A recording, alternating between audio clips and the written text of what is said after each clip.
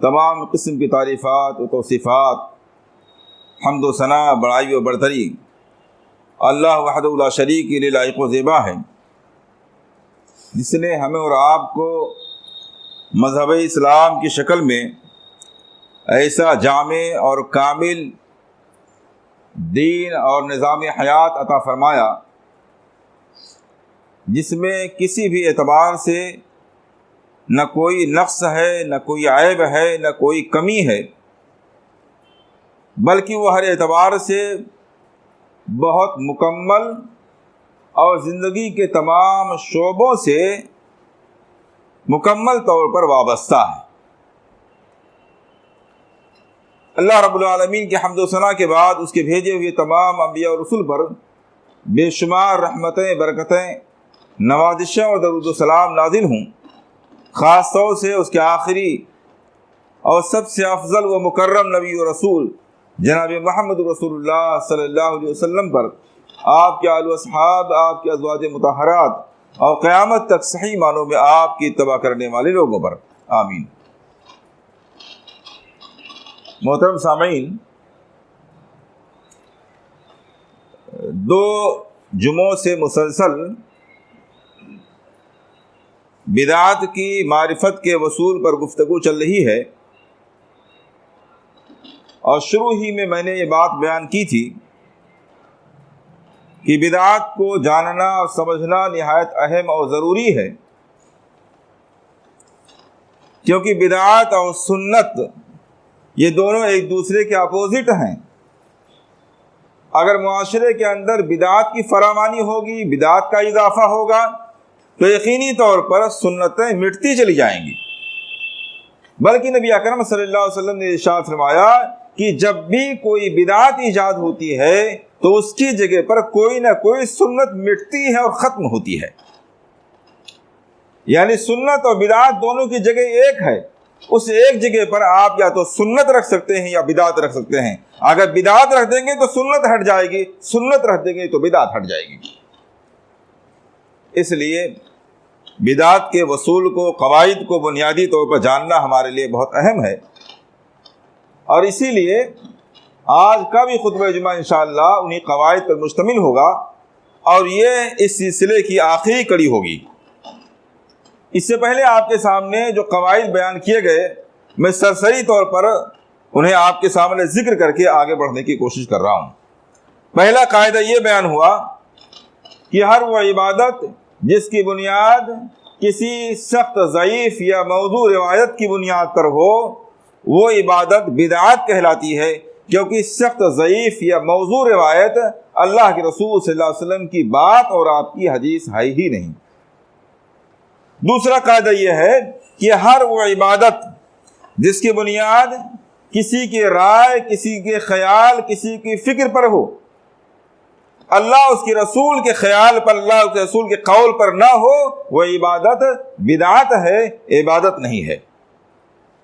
تیسری چیز یہ بیان ہوئی کہ اگر اللہ کے رسول صلی اللہ علیہ وسلم جان بوجھ کر ضرورت ہونے کے باوجود اور کسی رکاوٹ کے نہ ہونے کے باوجود کسی کام کو ترک فرما دیں، نہ کریں، تو آپ کا نہ کرنا بھی اس بات کی دلیل ہے کہ اسے نہ کرنا سنت ہے، اسے کرنا بدعت ہے۔ آپ صلی اللہ علیہ وسلم نے کوئی کام جان بوجھ کر چھوڑ دیا، باوجود اس کے کہ اس کام کی ضرورت اس زمانے میں بھی تھی، رکاوٹ کوئی نہیں تھی، تو اس کام کو چھوڑنا ضروری ہے، اسے کرنا بدعت ہے۔ ایسے ہی چوتھا قاعدہ یہ بیان ہوا تھا کہ ہر وہ عبادت، ہر وہ قول اور فعل اور عمل اور فکر اور نظریہ اور منہج اور رائے اور خیال اور وصول اور قاعدہ، تمام کی تمام چیزیں جنہیں اسلاف نے نہ تو اختیار کیا، نہ اسے اختیار کرنے کی تعلیم دی، اور نہ ہی اسے اپنی کتابوں میں کہیں درج فرمایا، وہ خیال، وہ فکر، وہ رائے، وہ قاعدہ، وہ قول، وہ عمل، وہ عبادت، وہ ساری کی ساری چیزیں جس کے سلسلے میں اسلاف سے کچھ بھی مروی نہیں ہے، وہ بدعت ہے۔ اسلاف سے مراد صحابہ کرام، تابعین، تبع تابعین اور وہ تمام لوگ جو صحیح معنوں میں اس کی پیروی کرنے والے ہیں. اور یہی منہج سلف ہے اور اسی کی بنیاد پر ہمیں اور آپ کو سلفی کہا جاتا ہے, کیونکہ ہم اور آپ ہر معاملے میں نبی اکرم صلی اللہ علیہ وسلم کے وصول کو, آپ کے بات کو, آپ کے بیان کو, قرآن کے معنی اور مفہوم کو صحابہ اکرام کے وصول, ان کے منہج اور ان کی فکر کی بنیاد پر سمجھتے اور عمل کرنے کی کوشش کرتے ہیں. لہذا وہ تمام باتیں, وہ تمام اعمال و عبادات جس کا ثبوت اسلاف سے نہیں ہے, وہ سب بدعات میں شمار ہوگا. اس سلسلے میں تھوڑی سی وضاحت اور کر دوں. اسلاف کے تعلق سے 3 کیفیتیں پیدا ہو سکتی ہیں. ایک کیفیت تو یہ ہے کہ کسی کام کا کرنا تواتر کے ساتھ ثابت ہے, لگاتار بے شمار لوگوں کا اس کام کو کرنا حدیث سے معلوم ہوتا ہے. صحابہ نے کیا, تابعین نے کیا, تبع تابعین نے کیا, لوگ مسلسل کرتے ہی چلے آ رہے ہیں. ایک شکل تو یہ ہے, اس کا کرنا مشروع ہے, وہ شرعی عمل ہے. دوسری شکل یہ ہے کہ ایک کام ایسا ہے جس کا ثبوت کسی سے ملتا ہی نہیں سرے سے, نہ اللہ کے رسول صلی اللہ علیہ وسلم نے فرمایا, نہ صحابہ نے فرمایا, نہ تابعین نے کیا, نہ تبع تابعین نے کیا, نہ بعد کے علماء نے کیا. کوئی تذکرہ ہی نہیں ملتا ہے, نہ اس کے کرنے کا, نہ اس کے کہنے کا, نہ اس کے تذکرے کا, کچھ بھی موجود نہیں. مثال کے طور پر عید میلاد النبی, کوئی تذکرہ موجود نہیں ہے. ایسے تمام کاموں کا کرنا بدعت ہے, کرنا بدعت ہے جس کا کوئی تذکرہ نہیں ملتا ہے. تیسری شکل اور ہے, وہ یہ کہ اسلاف کی ایک بڑی جماعت نے کیا ہے, لیکن کچھ لوگوں سے نہ کرنا بھی ثابت ہے. بڑی جماعت نے کیا ہے اور کچھ لوگوں کا نہ کرنا بھی ثابت ہے. ایسی صورت میں جمہور یعنی اکثریت کے رائے پر, اکثریت کے طریقے پر چلنا یہی احتیاط کا تقاضا ہے. کوئی کام صحابہ کی بڑی جماعت نے کیا ہے مگر کسی نے نہیں کیا ہے, چند لوگوں سے نہ کرنا بھی ثابت ہے, تو چند لوگوں کے قول کو اختیار کرنے کے بجائے اکثریت کی رائے کو اختیار کیا جائے گا. اور اس کے اپوزٹ ایک چوتھی شکل ہے جو اسی کا جز ہے, وہ یہ کہ اکثریت نے نہیں کیا ہے لیکن بعض صحابہ کرام سے کرنا بھی ثابت ہے. اکثریت نے نہیں کیا ہے, بعض نے صرف کیا ہے, تو احتیاط اسی میں ہے کہ ہم اکثریت کی رائے پر چلتے ہوئے اس کام کو کرنے کی کوشش کریں. اس کی مثال ہے, اللہ کے رسول صلی اللہ علیہ وسلم نے داڑھی کو چھوڑنے کا حکم فرمایا ہے. کسی بھی اعتبار سے, لمبائی میں, چوڑائی بھی, کسی بھی اعتبار سے اس کو سیٹ کرنا, کاٹنا جائز نہیں ہے. اللہ کے رسول صلی اللہ علیہ وسلم کی حدیث ہے. صحابہ کرام کی طرف اگر ہم آتے ہیں تو صحابہ کرام میں سے گنتی کے چند 2 یا 3 صحابہ کرام ایسے ہیں جن سے بعض موقعوں پر داڑھی کاٹنا بھی ثابت ہے. لیکن یہ کتنے لوگ ہیں؟ مشکل سے 2 یا 3 لوگ. ان 2-3 لوگوں کے علاوہ صحابہ کرام کی بہت بڑی جماعت میں سے کسی کا بھی داڑھی کاٹنا قطعاً ثابت نہیں ہے. اب ایسی صورت میں صحابہ کرام کی بڑی جماعت کی رائے کو, ان کے عمل کو ترک کر کے بعض صحابہ کے عمل کو دلیل بنانا, یہ منہج سلف کے خلاف ہے. منہج سلف کیا ہے؟ اکثریت کی, صحابہ کرام کی اکثریت جس پر عمل کر رہی ہے اس پر عمل کیا جائے, نہ کہ اکثریت کو چھوڑ کر کے چند لوگوں کی رائے پر عمل کیا جائے. اس لیے کہ اکثریت کے رائے کے صحیح ہونے کے امکانات زیادہ ہیں, اقلیت کے کم ہونے کے, غلط ہونے کے امکانات زیادہ ہیں. اور اسی لیے آپ دیکھیے, ایک مثال آپ کے سامنے رکھوں. حضرت عبداللہ بن عمر رضی اللہ تعالیٰ عنہ جلیل القدر صحابی ہیں, حضرت عمر رضی اللہ تعالیٰ عنہ کے صاحبزادے ہیں. ان کا معمول یہ تھا کہ وہ حج وغیرہ کے جب سفر پر نکلتے تھے تو اللہ کے رسول صلی اللہ علیہ وسلم نے سفر کے دوران جس جگہ ٹھہر کر کے استنجا کیا ہوتا تھا, بلا ضرورت بھی وہاں جا کر کے بیٹھ کے استنجا کرتے تھے. جس جگہ آپ صلی اللہ علیہ وسلم نے اتفاقی طور پر سفر کے دوران نماز ادا کی تھی, وہاں بغیر کسی اتفاقی حاجت کے باقاعدہ ارادہ کر کے وہاں ٹھہرتے تھے اور نماز پڑھتے تھے. یہ ایک عمل ہے, کرنے والے صحابی رسول ہیں, لیکن صحابہ اکرام کی پوری جماعت میں تنہا ایک آدمی کی شخصیت ہے جو اس عمل کو کر رہی ہے. ان کے علاوہ کسی صحابہ اکرام سے ثابت نہیں ہے کہ اللہ کے رسول صلی اللہ علیہ وسلم نے جہاں استنجا کیا ہوا بیٹھ کر کے قصدن استنجا کیا جائے. اب ایسی صورت میں تمام صحابہ کرام کی رائے کو ترک کر دینا، کسی ایک صحابی کی رائے کو دلیل بنا لینا، یہ قطعاً عقل اور نقل کسی بھی اعتبار سے درست نہیں ہے۔ بہرحال اسلاف سے جو چیز ثابت نہیں ہے اسے کرنا بدعت میں شمار کیا جائے گا۔ ایسے ہی پانچواں قاعدہ یہ بیان ہوا تھا کہ ہر وہ عمل جو شریعت کے بنیادی اور متفقہ قاعدے کے خلاف ہے، ہر وہ عمل جو شریعت کے بنیادی اور متفقہ قاعدے سے ٹکرا رہا ہے وہ عبادت کا کام نہیں ہو سکتا، وہ بدعت ہے۔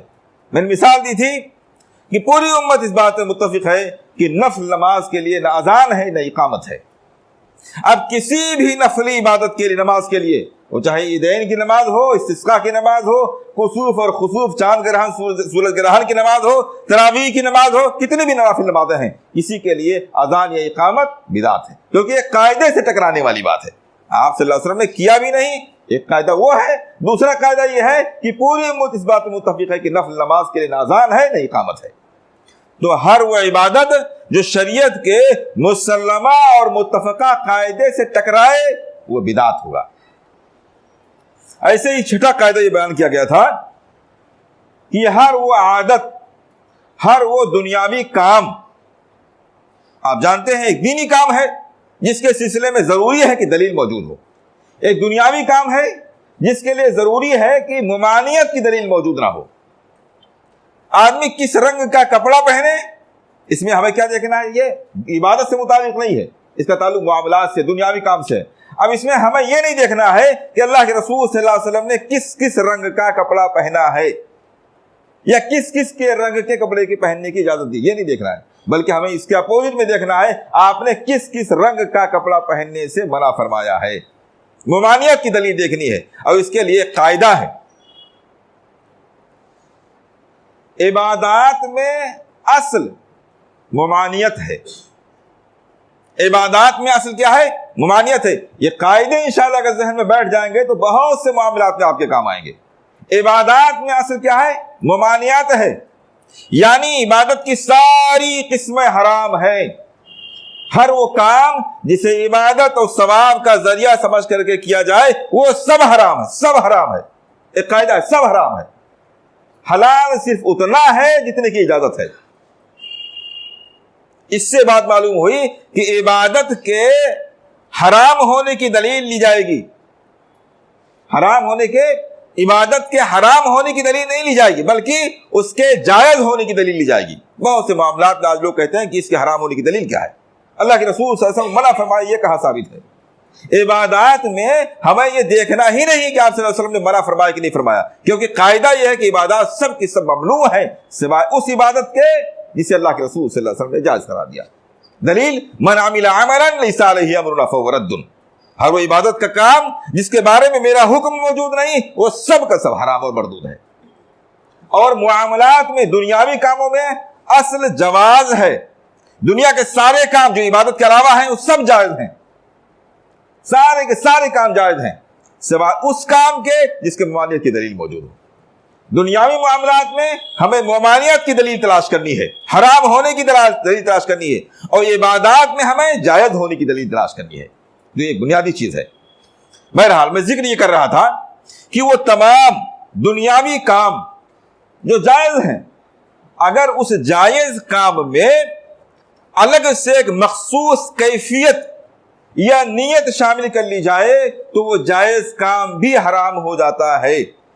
مثال کے طور پر ہرے رنگ کا کپڑا پہننا جائز ہے، لیکن اگر کوئی آدمی اس نیت کے ساتھ ہرے رنگ کا کپڑا پہنتا ہے کہ اللہ کے رسول صلی اللہ علیہ وسلم کا امامہ یا گنبد خضرا ہرا ہے، لہذا ہرے رنگ کا کپڑا پہننے میں ایک الگ سے اجر و ثواب ہے، یا کوئی یہ تصور کرتا ہے کہ ہمارے پیر صاحب کی یہ تاکید ہے اس لیے ہمیں یہ کپڑا پہننا چاہیے، اب وہ کپڑا پہننا جائز تو تھا لیکن اس کے ساتھ جو اضافی ایک نیت شامل ہو گئی ہے اس لیے وہ حرام ہو گیا۔ ایسے ہی مان لیجیے کالے رنگ کا کپڑا پہننا حلال ہے، جائز ہے، اللہ کے رسول نے منع نہیں فرمایا، لیکن اگر کوئی آدمی محرم الحرام کے مہینے میں تعزیت کی غرض سے، ماتم کی غرض سے اسی کالے رنگ کا لباس پہنتا اب اس کے لیے حرام ہو جائے گا، نیت بدل گئی۔ تو عام جو کام ہے، دنیاوی معاملات ہیں، اگر ان میں نیتیں بدل جائیں، کیفیتیں بدل جائیں تو وہ جائز کام بھی حرام اور بدعت میں شمار ہوتے ہیں۔ اسی طرح ہر وہ عمل جس سے اللہ کے رسول صلی اللہ علیہ وسلم نے منع فرمایا ہے اسے عبادت کی نیت سے کرنا بدعت ہے. ایسے ہر وہ عمل جو عام ہے اسے خاص کر لینا وہ بھی بدعت ہے. جو خاص ہے اسے عام کر دینا یہ بھی بدعت ہے. ان ساری چیزوں کی تفصیل آپ کے سامنے گزر چکی ہے. آج جو چند باتیں آپ کے سامنے بیان ہونی ہیں نئے سرے سے، ان میں سے ایک بات یہ ہے کہ عبادات میں غلو کرنا بدعت ہے. غلو کا معنی یہ ہے کہ شریعت نے جس چیز کے لیے جو جگہ، جو وقت، جو کام، جو تعداد، جو مقدار اور جو کیفیت متعین کر دی ہے، یہ 5 چیزیں ہیں. عبادات میں بدعت کی پہچان کے لیے 5 چیزیں ہیں. جنس یعنی عمل. مان لیجیے قربانی میں کوئی آدمی گھوڑا ذبح کرنا چاہتا ہے، مرغ ذبح کرنا چاہتا ہے، نئے سرے سے نیا عمل ہے. زمان، وقت، مکان، جگہ، مقدار، تعداد اور کیفیت، یہ 5 چیزیں ہیں جن میں شریعت نے ہم کو متعین کر دیا ہے. متعین چیزوں میں ان 5 چیزوں کے اعتبار سے کوئی بھی تبدیلی کر لینا یہ غلو ہے. اور اللہ رب العالمین نے فرمایا ان اللہ لا يحب المعتدین، جو حد سے آگے بڑھ جاتے ہیں وہ اللہ کی نظر میں ناقابل محبت ہیں، وہ ناپسندیدہ ہیں، قابل نفرت ہیں. اور اللہ کے رسول صلی اللہ علیہ وسلم نے ارشاد فرمایا ایاکم الغلو فإنه أهلك من كان قبلكم، غلو سے بچو کیونکہ تم سے پہلے والی قوموں کو اسی غلو نے ہلاک کیا ہے. خرابیاں بہت سی پائی جاتی تھیں لیکن عقیدے اور عمل کی بنیادی خرابی جو پیدا ہوئی تھی وہ غلو کی بنیاد پر پیدا ہوئی تھی. ایک غلو ہے، ایک تقصیر ہے، ایک اضافہ ہے. غلو کے معنی اضافہ کر دینا اور تقصیر کے معنی کم کر دینا. کم کر دینا بھی خطرناک ہے مگر اتنا خطرناک نہیں ہے جتنا کہ اضافہ خطرناک ہوتا ہے. تو کسی بھی عبادت میں جنس کے اعتبار سے، عمل کے اعتبار سے، جگہ کے اعتبار سے، وقت کے اعتبار سے، تعداد کے اعتبار سے، کیفیت کے اعتبار سے کسی بھی طرح سے اضافہ کرنا یہ دین میں اضافہ اور غلو ہے، اور تمام اضافے کی چیزیں بدعت میں شمار کی جائیں گی. مثال کے طور پر طواف 7 چکر لگانا ہے، کوئی آدمی 8 چکر لگائے، جو تعداد متعین تھی اس میں اضافہ کر دیا ہے. یا کوئی جگہ متعین تھی، طواف خانے کعبہ کا کرنا، کسی دوسری جگہ کا کوئی طواف کرنے لگے، ایک علی سبیل مثال. اسی طریقے سے ساری کی ساری چیزیں جس میں نبی اکرم صلی اللہ علیہ وسلم کی متعین کردہ چیزوں میں کسی 5 چیزوں میں سے کسی بھی اعتبار سے اضافہ کر لیا جائے وہ بدعت ہے. مثال کے طور پر اللہ کے رسول صلی اللہ علیہ وسلم نے حجۃ الوداع کے موقع پر صحابہ کو حکم دیا کہ آپ رمی جمرات کے لیے، شیطان کو کنکری مارنے کے لیے کنکری چن کر کے لاؤ. وہ چھوٹی چھوٹی کنکریاں چن کر کے لائیں اور آپ صلی اللہ علیہ وسلم لوگوں کو دکھاتے ہوئے کہا ہاکذا، ایسے ہی کنکریاں لے کر کے مارو. اللہ کے رسول صلی اللہ علیہ وسلم نے متعین فرما دیا کنکری شیطان کو مارنی ہے، مگر کیسی کنکریاں ہونی چاہیے اللہ کے رسول صلی اللہ علیہ وسلم نے متعین فرما دیا. کوئی چھوٹی چھوٹی کنکریاں ہوں، ایسا نہ ہو کہ کوئی پتھر لے کر کے مارے یہ سوچ کر کے کہ شیطان کو مارنا ہے. بہت دفعہ ایسا ہوتا ہے، جہالت میں اس قسم کے واقعات ہوتے ہیں. بعض لوگوں نے اس طرح کے واقعات لکھے کہ بعض دفعہ ایسے ہی ہمارے آپ کے ملکوں سے جاہل عوام جاتے ہیں، بعض دفعہ چپل اور جوتا نکال نکال کے مارنا چاہتے ہیں یہ سوچ کے کہ شیطان ہے. پتہ نہیں، یہ بدعت کا عمل ہے، سنت کے خلاف ہے. ایک چیز کے لیے جگہ بھی متعین ہے، اس کی مقدار بھی متعین ہے، ذرا سی تبدیلی کر لی جائے وہ سنت کے خلاف اور بدعت ہے. تو اس لیے جو چیز جس طرح متعین ہے اس کو ایسے ہی متعین رکھا جائے گا، اس میں کسی بھی اعتبار سے اضافہ کرنا یا کمی کرنا یہ جائز نہیں ہے. اس کی ایک مثال ہے اعضائے وضو کو 3 مرتبہ سے زیادہ دھلنا.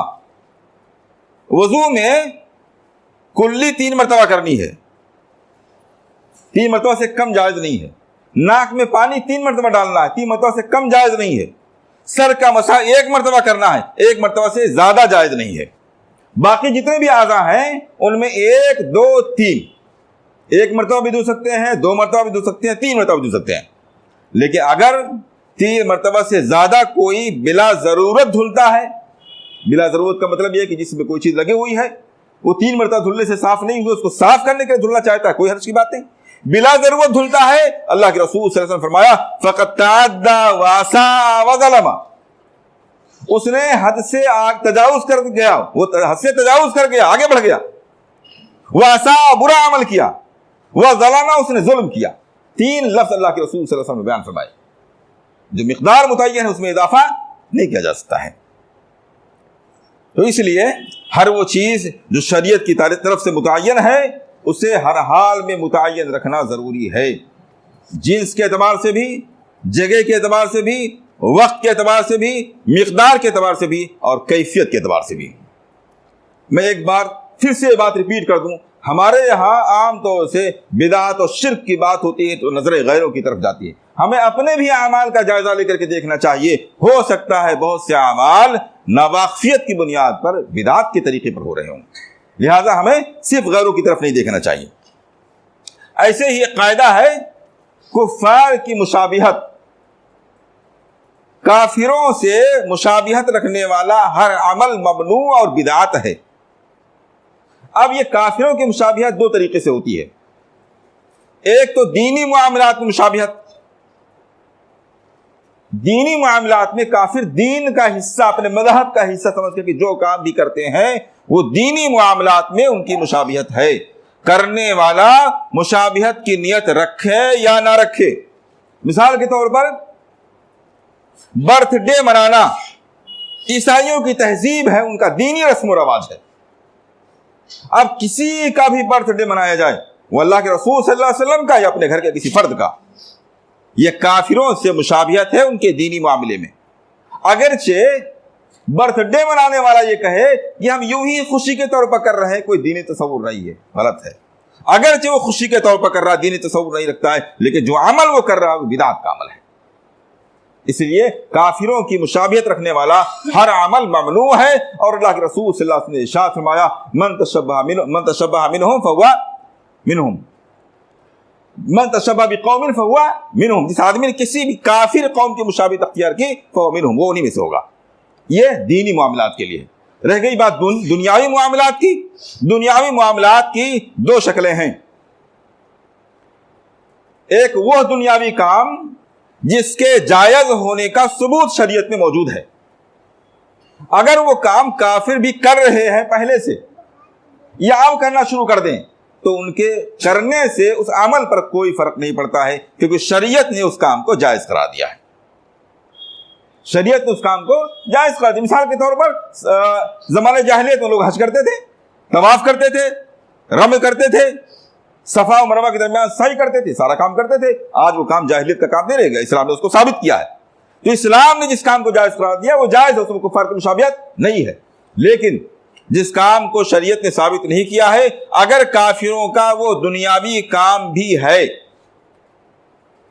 دینی کام نہیں ہے، دنیاوی کام ہے وہ، لیکن وہ کافروں کی تہذیب سے متعلق ہے، دین سے متعلق نہیں ہے، ان کی ایک تہذیبی پہچان بنی ہوئی ہے، تو اسے بھی چھوڑ دینا لازم ٹھہرایا گیا ہے. یہ بات بہت اچھے طریقے سے سمجھنے کی بات ہے. اور سچ پوچھا جائے تو اس معاملے میں بے پناہ عالمی پیمانے پر لاپرواہیاں ہمارے اندر پیدا ہو گئی ہیں. کافروں نے جو کام اپنی تہذیب کا حصہ قرار دیا ہے اسے بھی چھوڑنا لازم ہے، کیونکہ جب کسی کی تہذیب کو غیر اقوام اختیار کرتی ہے تو قوم دھیرے دھیرے اس دوسری قوم کے اندر خلط ملط ہوتی چلی جاتی ہے اور اس اپنی قوم کی شناخت ختم ہو جاتی ہے. اسلام یہ چاہتا ہے کہ مسلمانوں کی ہر معاملے میں ایک شناخت اور پہچان باقی رہے. اسی لیے وہ جس طرح سے دین کی حفاظت کرتا ہے ایسے تہذیب کی حفاظت کرتا ہے. اور اسی لیے آپ دیکھیے عمر فاروق رضی اللہ تعالیٰ عنہ نے شام کے عیسائیوں سے مصالحت کرتے وقت باقاعدہ یہ باتیں طے کی تھی کہ جس طرح مسلمان گھر بناتے ہیں تم اس طرح گھر نہیں بناؤ گے، جس طرح مسلمان عمامہ پہنتے ہیں تم اس طرح عمامہ نہیں پہنو گے، جس طرح مسلمان جوتیاں پہنتے ہیں اس طرح تم جوتیاں نہیں پہنو گے، جس طرح مسلمان تلوار لٹکاتے ہیں اس طرح تم تلوار نہیں لٹکاؤ گے. حالانکہ ان ساری چیزوں کے بارے میں شریعت کی کوئی تعلیم نہیں، آزاد ہے آدمی، لیکن چونکہ ان کی تہذیب سے متعلق تھا عمر فاروق رضی اللہ تعالیٰ نے چاہا کہ مسلمانوں کی تہذیب غیر مسلم کی تہذیب سے خلط ملط نہ ہونے پائے. تو دین کے ساتھ ساتھ اپنے وجود کے بقا کے لیے، اپنے آپ کو باقی رکھنے کے لیے اور منفرد طور پر اپنی پہچان کو باقی رکھنے کے لیے ضروری ہے کہ اپنی تہذیب کی بھی حفاظت کریں، دین کے ساتھ ساتھ تہذیب کے بھی محافظ بنیں. ایسے ہی ہر وہ عمل جو شریعت کی نظر میں لازم نہیں ہے، ضروری اور فرض کے درجے میں نہیں ہے، واجب نہیں ہے، اسے اتنی پابندی کے ساتھ کرنا کہ لوگوں کو یہ احساس ہونے لگے کہ شاید یہ بھی لازم ہے، بدعت تک پہنچانے کا ایک ذریعہ ہے۔ غلط فہمی لوگوں کو پیدا ہو جائے کہ یہ بھی ضروری ہے، حالانکہ وہ عمل ضروری نہیں ہے، یہ بھی بدعت ہے۔ جو کام جس درجے کا ہے اسے اسی درجے میں رکھا جائے، جو فرض ہے اسے فرض کی طرح ادا کیا جائے، جو سنت ہے اسے سنت کی طرح ادا کیا جائے، اور جو نفل ہے اسے نفل کی طرح ادا کیا جائے۔ جو فرض ہے اس میں بالکل سستی، غفلت نہیں، لگاتار مسلسل وہ عمل ہونا چاہیے، لیکن جو سنت ہے، جو نفل ہے، اس کا کبھی کرنا اور کبھی نہ کرنا، دونوں رویہ اختیار کرنا چاہیے، اور خاص طور سے اس وقت جبکہ ہمارے عمل کو کوئی ایسا آدمی دیکھ رہا ہے جس کے بارے میں ہمیں شبہ ہے کہ دیکھنے والا غلط فہمی میں مبتلا ہو سکتا ہے، تو ایسی صورت میں ضروری ہے کہ ہم اس عمل کو ترک کر دیں تاکہ دوسرے کو غلط فہمی پیدا نہ ہو۔ میں نے مثال دی تھی آپ کے سامنے کہ حضرت ابو بکر، عمر اور کئی صحابہ کرام سے مروی ہے کہ بعض موقعوں پر وہ عید الاضحیٰ میں قربانی نہیں کیا کرتے تھے، استطاعت ہونے کے باوجود قربانی نہیں کرتے تھے، اور کہتے تھے میں اس لیے نہیں کرتا ہوں تاکہ لوگ اس عمل کو لازم نہ سمجھ لیں۔ وہ نمونہ تھے ہمارے آپ کے لیے، اس زمانے میں بھی نمونہ تھے، ان کے عمل کو لوگ دیکھتے تھے، آئیڈیل کے طور پر دیکھتے تھے، اس لیے انہوں نے وہ کام نہیں کیا جو سنت تھا، جسے اللہ کے رسول نے ہمیشہ کیا تھا، اس لیے تاکہ لوگوں کو غلط فہمی پیدا نہ ہو جائے۔ اس لیے جو کام جس درجے میں ہے اسے اسی درجے میں رکھا جائے۔ اسی طرح بدعت سے متعلق ایک دو باتیں اور آپ کے سامنے عرض کروں۔ ایک ہے بدعت حقیقی اور ایک ہے بدعت اضافی۔ بدعت حقیقی کا معنی یہ ہے کہ ایک مکمل کام سرے سے اس کا شریعت میں کوئی ثبوت ہی نہیں ہے، اس مکمل کام کا شریعت میں سرے سے کوئی ثبوت ہے ہی نہیں۔ جیسے ہم نے مثال دی تھی، کوئی صلاۃ رجبیہ پڑھ رہا ہے، کوئی صلاۃ الفیہ پڑھ رہا ہے، الگ الگ طریقے سے نمازیں ایجاد کر لی گئی ہیں جس کا کوئی سرے سے ثبوت ہی نہیں ہے، یہ بدعت حقیقی ہے۔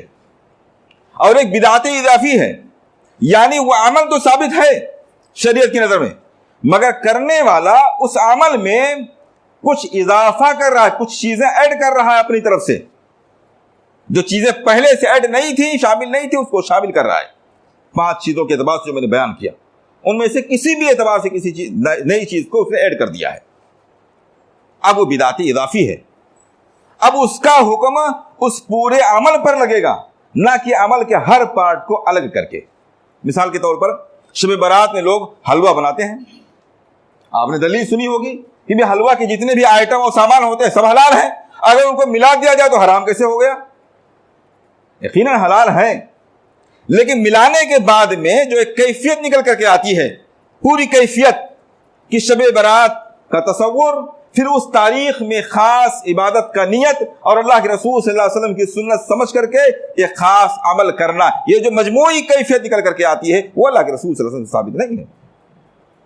اور اس کی مثال حضرت عبداللہ بن مسعود رضی اللہ تعالیٰ عنہ کا واقعہ، انہوں نے مسجد نبوی کے اندر دیکھا کہ کچھ لوگ حلقہ لگا کر کے بیٹھے ہوئے ہیں، ان میں سے ان کے ہاتھوں میں کنکریاں ہیں، گٹھلیاں ہیں، ان میں سے ایک آدمی کہتا ہے 100 مرتبہ الحمدللہ کہو، الحمدللہ لوگ کہتے ہیں، وہ کہتا ہے 100 مرتبہ سبحان اللہ کہو، لوگ سبحان اللہ 100 مرتبہ کہتے ہیں، وہ کہتا ہے 100 مرتبہ اللہ اکبر کہو، لوگ 100 مرتبہ اللہ اکبر کہتے ہیں۔ عبداللہ بن مسعود رضی اللہ تعالیٰ کو معلوم ہوا، سخت نکیر فرمائی، بدعتی قرار دیا، تنبیہ فرما کر کے حدیث میں آتا وہ خاموش نہ ہوئے یہاں تک کہ ان کو مسجد سے باہر نکال دیا۔ حالانکہ ان سارے کاموں کو الگ الگ کر لیا جائے، ایک ساتھ بیٹھ کر کے عبادت کرنا کوئی خرابی کی بات نہیں ہے، کاموں کو الگ کیا جا رہا ہے۔ تسبیحات کو گننا ثابت ہے، ہم اور آپ گنتے ہیں، تسبیحات کی تعداد مقرر کر لینا یہ بھی ثابت ہے، جو تسبیحات پڑھی جا رہی ہیں وہ بھی ثابت ہیں، مسجد کے اندر بیٹھ کر تسبیح پڑھنا یہ بھی ثابت ہے۔ الگ الگ کر لیا جائے تو سارے کام ثابت ہیں، لیکن ایک نئی کیفیت جو نکل کر کے آئی تھی کہ ایک حلقہ بنایا گیا، لوگوں کے ہاتھوں میں کنکریاں ہیں، ایک آدمی کہتا ہے، اس کے کہنے کے مطابق لوگ پڑھتے ہیں، ایک نئی کیفیت نکل کر کے آئی تھی، عبداللہ بن مسعود رضی اللہ تعالیٰ عنہ نے اس کو بدعت قرار دیا۔ یہ بدعت اضافی ہے، اور عام طور سے اہل بدعت اسی سے استدلال کرتے ہیں۔ ابھی آپ نے دیکھا ہوگا جشن عید میلاد النبی کے موقع پر لوگ کہتے ہیں اس میں خرابی کیا ہے، اس میں غلط کون سا کام کیا جاتا ہے؟ اللہ کے رسول صلی اللہ علیہ وسلم کی خوبیاں، آپ کی پیدائش کے واقعات، آپ کے معجزات، یہی سب تو بیان ہوتا ہے، اس میں غلط کیا ہے؟ اگر ہم دوسرے موقعوں پر سیرت کو بیان کریں تو کوئی خرابی و بدعت نہیں ہے، اگر ہم اسی کو جشن عید میلاد النبی کہہ کر کے بیان کریں تو بدعت کیسے ہو گیا؟ بدعت ہے، اس لیے کہ مجموعی کیفیت پر حکم لگتا ہے، نہ کہ الگ الگ پر حکم لگتا ہے، کیفیت مجموعی ہونی چاہیے۔ اچھا، ایک آخری بات میں آپ کے سامنے عرض کر دوں کہ ایک ہے کسی عمل کا بدعت ہونا اور ایک ہے کرنے والے کا بدعتی ہونا، دونوں میں فرق ہے۔ ہمارے یہاں حکم لگانے میں بڑی سخت لاپرواہی ہے، جس طرح سے دوسروں کے یہاں گستاخ رسول بہت جلدی اور بہت جلد بازی میں کہہ دیا جاتا ہے، بات بات پر گستاخ رسول کا لیبل لگا دیا جاتا ہے، ایسے ہمارے یہاں شرک اور بدعت کا لیبل بہت جلد لگایا جاتا ہے۔ اس لیے اس بات کو سمجھ لینا ضروری ہے کہ بدعت ایک الگ چیز ہے اور کسی آدمی کا بدعتی ہونا ایک الگ چیز ہے۔ ایسا ہو سکتا ہے کہ کوئی آدمی کوئی بدعت کا کام کرے اور بدعتی نہ ہو، یہ ممکن ہے، اس لیے کہ اسے معلوم نہیں ہے۔ ایسا ہو سکتا ہے اسے معلوم نہیں، اس لیے وہ کر رہا ہے۔ تو معلوم نہ ہونے کی وجہ سے اتفاقاً اگر کوئی آدمی کوئی کام کر رہا ہے، لگاتار کر رہا ہے، ہم اس سے بدعتی کا لیبل نہیں لگا سکتے ہیں، اس لیے ٹائٹل لگانے سے بچنا چاہیے۔ اور اسی لیے اللہ کے رسول صلی اللہ علیہ وسلم نے ارشاد فرمایا کہ کسی آدمی کو کافر نہ کہو، کیونکہ آپ نے اگر کسی کو کافر کہہ دیا اور وہ کافر نہ ٹھہرا تو آپ کا جملہ آپ کی طرف لوٹ آئے گا، کفر آپ کی طرف لوٹ آئے گا۔ اس لیے ٹائٹل لگانے میں ہمیں بچنا چاہیے۔ یہ جو باتیں بیان کی گئی ہیں یہ بدعت کو سمجھنے کے لیے، بدعت سے دور رہنے کے لیے اور بدعت کو لوگوں تک سمجھانے کے لیے، صحیح معنوں میں اس کا صحیح ایکسپلینیشن اور تشریح لوگوں کے سامنے ہم کر لے جائیں، اس لیے ساری باتیں آپ کے سامنے بیان کی گئی، نہ کہ کسی پر حکم لگانے کے لیے۔ اللہ رب العالمین سے دعا ہے کہ ہمیں سنت اور بدعت میں فرق کرنے اور نبی اکرم صلی اللہ علیہ وسلم کی تعلیمات کو مضبوطی کے ساتھ تھامے رکھنے اور اس کی دعوت دینے کی توفیق عنایت فرمائے۔ آمین۔ وآخر دعوانا الحمدللہ رب العالمین۔